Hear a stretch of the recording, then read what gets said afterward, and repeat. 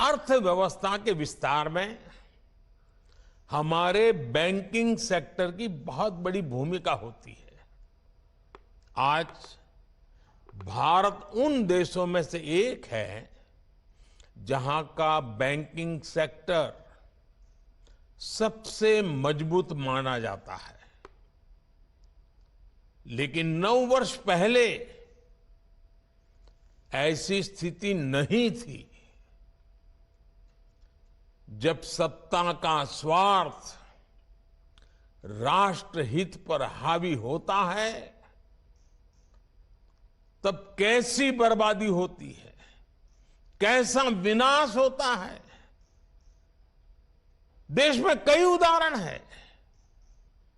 ये हमारे banking sector ने तो पिछली सरकार के दौरान ये बर्बादी को देखा है, झेला है, अनुभव किया है। आप लोग आजकल तो डिजिटल युग है, मोबाइल फोन से बैंकिंग का सेवाएं लेते हैं, फोन बैंकिंग करते हैं। लेकिन आज से 9 साल पहले जो सरकार थी ना, उस समय ये फोन बैंकिंग का कल्पना ही अलग थी, रिवाज ही अलग था, तरीके अलग थे, इरादे अलग थे।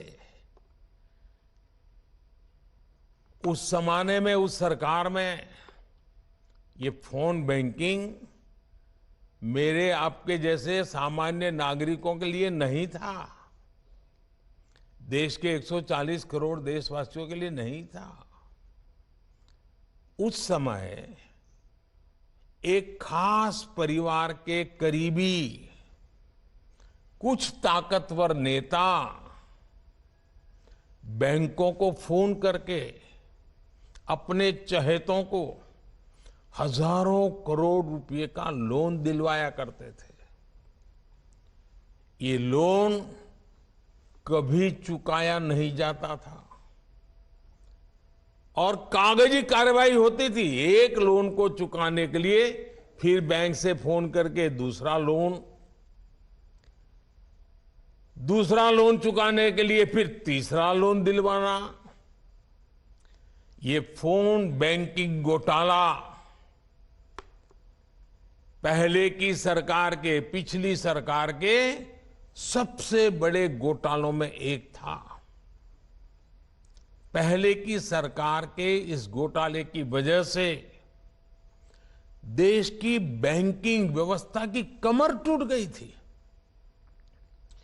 2014 में आप सबने हमें सरकार में आकर के देश की सेवा करने का मौका दिया।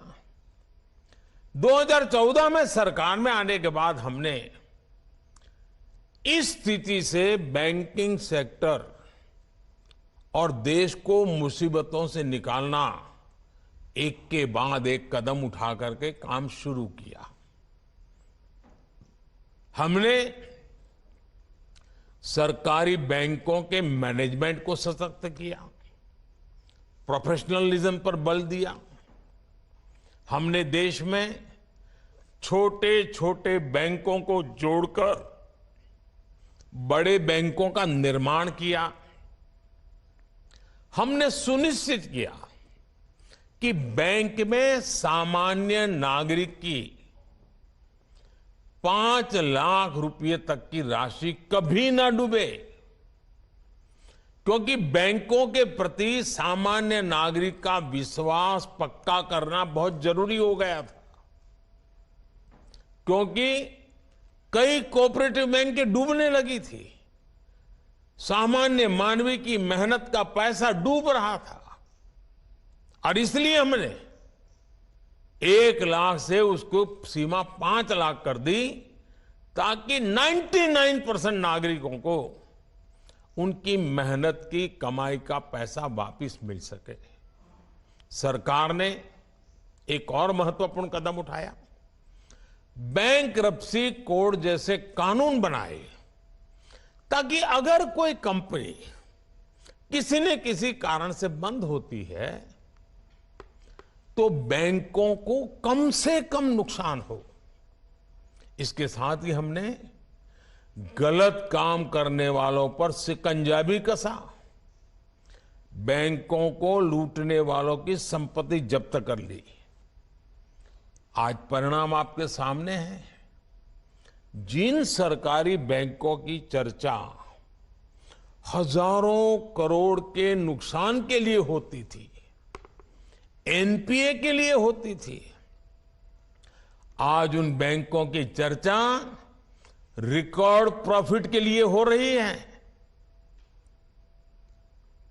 साथियों, भारत का मजबूत बैंकिंग सिस्टम और बैंक के प्रत्येक कर्मचारी,